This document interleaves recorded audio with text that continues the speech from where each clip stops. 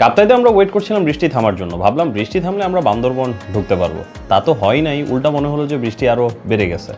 তাই অনেকটা বাধ্য হয়ে আমরা কাপ্তাইতে আরও কিছু ঘোরাঘুরি করি।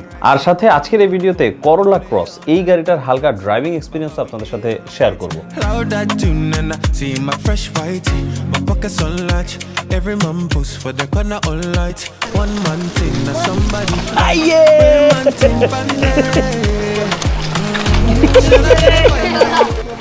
বড় গ্রুপ নিয়ে ট্যুরে আসার একটা বড় ঝামেলা হচ্ছে এই সবাইরে একই সাথে একই সময়ে পাওয়াটা মুশকিল। প্রত্যেকটা রুমে রুমে গিয়ে সবাইরে উঠাও আনো, একজন এই কাজে ব্যস্ত, একজন ওই কাজে ব্যস্ত। টাইম দিয়েছিলাম হচ্ছে 12টায় আমরা বেরোবো, এখন বাসতেছে 1:57, 2 ঘন্টা লেট। 2 ঘন্টা ওই হেলে দুলে সবাই বেরোচ্ছে আর কি। আর এখন আমরা যখন বেরোচ্ছি তখন বৃষ্টি একটু কমে গেছে, একটু আকাশ ক্লিয়ার হয়েছে, মানে এখন আমরা কাপ্তাই লেকটা খুব সুন্দরভাবে উপভোগ করতে পারবো।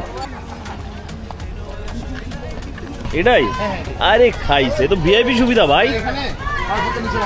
Boys welcome to another motor blog. এটাও মোটর ব্লগ, কারণ হচ্ছে এই যে নৌকাটা এটা মোটরে চলে, যদিও স্টিয়ারিং আমার হাতে নাই।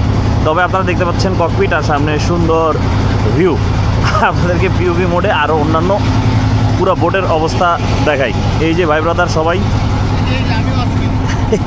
এখানে, এই যে সামনের যে পোর্শন দেখতেছেন এটা হচ্ছে ইয়ং স্টারদের পোর্শন, আর পিছনের এই যে এখান থেকে শুরু করে এরা হচ্ছে আঙ্কেল।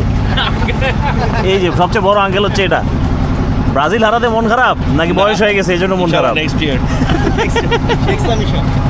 সাহিব ভাই আছে, সাহিব ভাইও কেমন জানি পোতায় গেছে আগের থেকে, ব্যবসায়ী হয়ে গেছে তো। অনেক বাঁশ কাপ্তাই হ্রদের ভিতর থেকে বাঁশ নিয়ে যাওয়া হয়, যে দেখেন বোটে করে বাঁশ টানতেছে। এবং এই বাসগুলোকে বলা হয় হচ্ছে রোহিঙ্গা বাস, কারণ এইখান থেকেই রোহিঙ্গা ক্যাম্পে বাস সাপ্লাই দেওয়া হয়।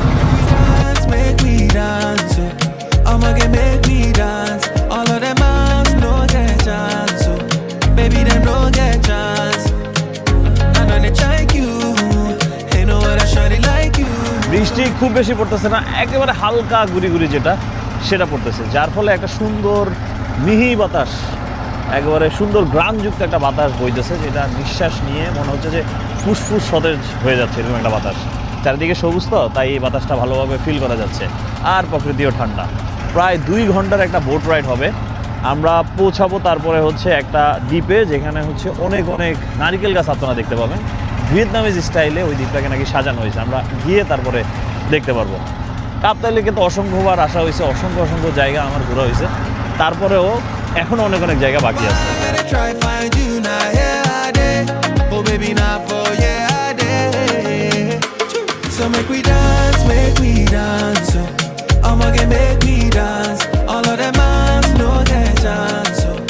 And finally we are here. কাপ্তাইতে তো আমি নারকেল গাছ দেখি নাই, চোখে পড়ে নাই কোনো জায়গায়। এখানে আসার পরে হ্যাঁ মনে হচ্ছে নারিকেল দ্বীপ। ভাই এই সাহেব ভাই, এটার নাম কি? আরে ভিয়েতনাম, বাংলাদেশের নারিকেল বাগান, আপনি ভিয়েতনাম? ধানপাতা এরিয়া, ধানপাতা না কি ভাই? হ্যাঁ ধানপাতা বাজার, জায়গার নাম হচ্ছে ধানপাতা বাজার।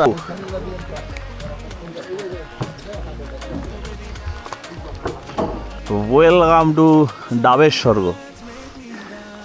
প্রচুর পরিমাণ নারকেল গাছ এখানে, এবং এই যে নারকেল গাছগুলো দেখতেছেন এগুলো হচ্ছে ভিয়েতনাম থেকে আনা চারা, যার কারণে এই আইল্যান্ডকে বলা হয় ভিয়েতনামি নারকেল বাগান। অনেক বিশাল এলাকা জুড়ে বাগানটা তৈরি করা হয়েছে। সারি সারি গাছগুলো দেখতে খুবই দারুণ লাগতেছিল। আর একটু সামনে এগোনোর পরে আমাদের চোখে পড়ে অসাধারণ একটা দৃশ্য। আর রেস্টুরেন্ট থেকে ভিউ মাশাআল্লাহ অস্থির। হ্যাঁ পুরো একটা থাইল্যান্ড ভাইব না? পুরো থাইল্যান্ড এই জায়গাটা মনে হচ্ছে। তাও আবার এই যে গাছগুলো দেখতেছেন না, এই গাছগুলোর কারণে থাইল্যান্ড ভাইবটা পূর্ণ হয়েছে, নারকেল গাছটা পূর্ণতা দিয়ে দিছে।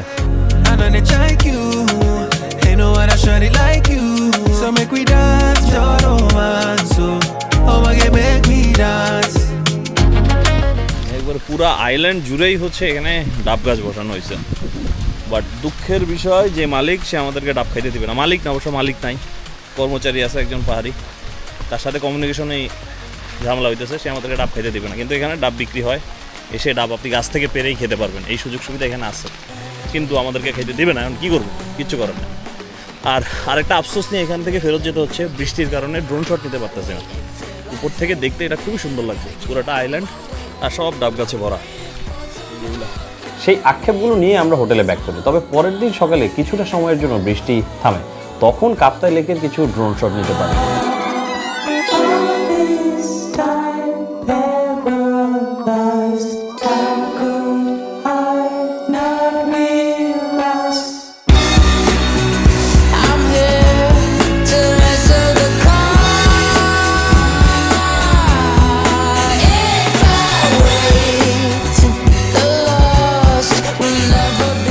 আর এখানে আমাদের ট্যুর শেষ হচ্ছে। এই ট্যুরের শুরুর দিকে আমরা ভাবছিলাম কি হবে, আর হইছেটা কি, কই থাকার কথা বান্দরবন, কই এনজয় করার কথা ছিল সুমসাং। এই যে জিয়া ভাইয়ের এতদিনের ছুটি সুমসাং এর জন্য, মানে অনেক দিন ধরে আমরা প্ল্যান করতেছিলাম, বাট সেটা হয় নাই। প্যারা নাই, আমরা এখন ভিন্ন কিছু এক্সপ্লোর করলাম। আর কি এক্সপ্লোর কি, একটু ঘোরাঘুরি করলাম, ভাই ব্রাদার মিলে সময় কাটাইলাম, এই জিনিসটাই হইলো। আর এখন আমরা গাড়িতে চেপে বসছি, একটু পারমিশন নিতে হয়েছে একটা জায়গায় ঢোকার জন্য, সেটা হচ্ছে কাপ্তাই জলবিদ্যুৎ কেন্দ্রের ভিতরে। এই যে দেখেন, এই হচ্ছে জলবিদ্যুৎ কেন্দ্রের রাস্তা। এখানে মোটামুটি আগেও আসা হয়েছে, তবে সামনে একটা রাস্তা আছে, ওইটা হচ্ছে সবচেয়ে বেশি সুন্দর, যেটা হচ্ছে একবারে বাঁধ তৈরি করা হয়েছে, পুরা একের ক ভিউ। যদিও এখানে লেখা আছে ছবি তোলা নিষেধ, আমি ভিডিও করতেছি, প্যারা হবে না আশা করতেছি। ওয়েদার আর রাস্তা পুরা 100-তে 100। এবং এই যে বাঁধটা দেখতেছেন, এই বাঁধটার কারণেই হচ্ছে জলবিদ্যুৎ কেন্দ্রের পানি ওই যে সামনে স্পেলের দিকে প্রবাহিত হয়। এই একটা জায়গায় বাঁধের ফলেই পুরা কাপ্তাই লেকে আর কি পানি। এই জায়গাটা রাতের বেলা আসেন, দিনের বেলা আসেন, গরমের ভিতরে আসেন, আর এরকম ওয়েদার আসেন, সব সময় একবারে অস্থির রকমের একটা ভালো লাগে। কারণ হচ্ছে বাঁধটা অনেক বেশি উঁচা, তো পুরো লেকটাও দেখা যায়, এই সাইড থেকে পাহাড়টা সব কিছু দেখা যায়। আর এই হচ্ছে রেদওয়ান, যে আমাদের বারবারই হচ্ছে এখানকার অ্যাক্সেস ম্যানেজ করবে।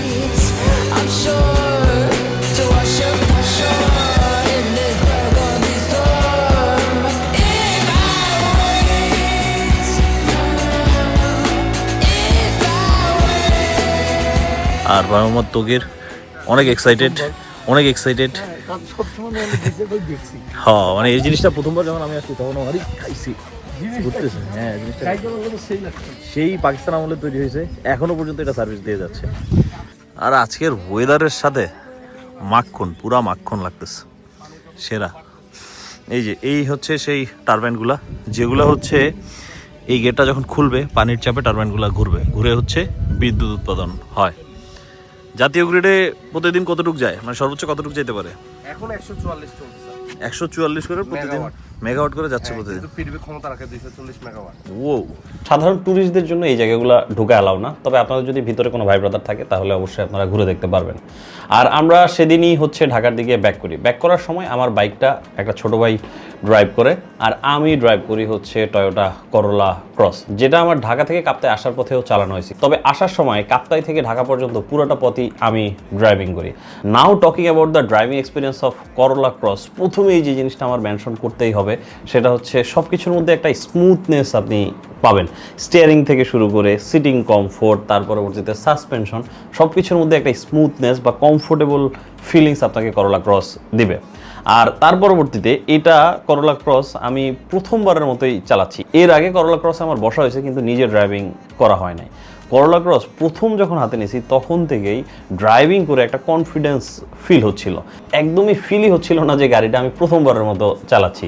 আপনি যখন গাড়িটাতে বসবেন, লুকিং গ্লাসের দিকে তাকাবেন, তারপরে সামনে বোর্ডান্টের দিকে তাকাবেন, মনে হবে যে প্রত্যেকটা ইঞ্চি বাই ইঞ্চি আপনার চোখের সামনে গাড়িটা আছে। হ্যাঁ, মানে ফুল গাড়িটার মেজারমেন্ট সিটিং পজিশন থেকে খুব ভালোভাবে আপনি মেজার করে ফেলতে পারবেন, যার কারণে জ্যামের ভিতরে হোক, তারপরে হাইওয়েতে ওভারটেকিং হোক, চিপা দিয়ে বের হওয়ার কথা বলেন, সব কিছুতে আপনি ইজিলি মেজার করে বের হয়ে যেতে পারবেন। মানে ইঞ্চি যে মাপের মেজারমেন্ট আমরা বলি না, সেরকম মেজারমেন্ট আপনার মাথার মধ্যে সেট হয়ে যাবে because of the overall dimension of the car. Overall একটা সুদিং ড্রাইভিং এক্সপিরিয়েন্স নিয়ে আমরা কাপ্তাই থেকে ঢাকায় চলে আসি, এবং ঢাকায় ঢুকতে অনেক রাত হয়ে যায়। আর ঢাকায় ঢোকার 3-4 কিলোমিটার আগ থেকেই জ্যাম শুরু হয়ে গেছিলো মোটামুটি। এবং ট্যুরটা আনপ্ল্যান্ড, মানে প্ল্যান ছিল, প্ল্যান্ড হয়ে তারপর আনপ্ল্যান্ড হয়ে গেছে। যাক, ওভারঅল আলহামদুলিল্লাহ, সো ফার সো গুড, সবাই সুস্থ মতো বাড়ি ফিরতে পারছে। এখন বাসার দিকে যাই, যদিও আমার শরীরে খুব একটা বেশি ক্লান্তি নাই। যদি বাইক চালিয়ে আসতাম পুরোটা পথ তাহলে মনে হয় একটু ক্লান্ত থাকতাম। গাড়ি চালিয়ে আসছি তো একটু ফ্রেশ লাগতেছে, গাড়ি থেকে নামছি এখন হাওয়া বাতাস লাগতেছে, ফ্রেশ লাগতেছে। ঠিক আছে ব্রোস, আজকের ভিডিওটা এখানেই শেষ করি। Sunny out, tata, goodbye, Allah হাফেজ।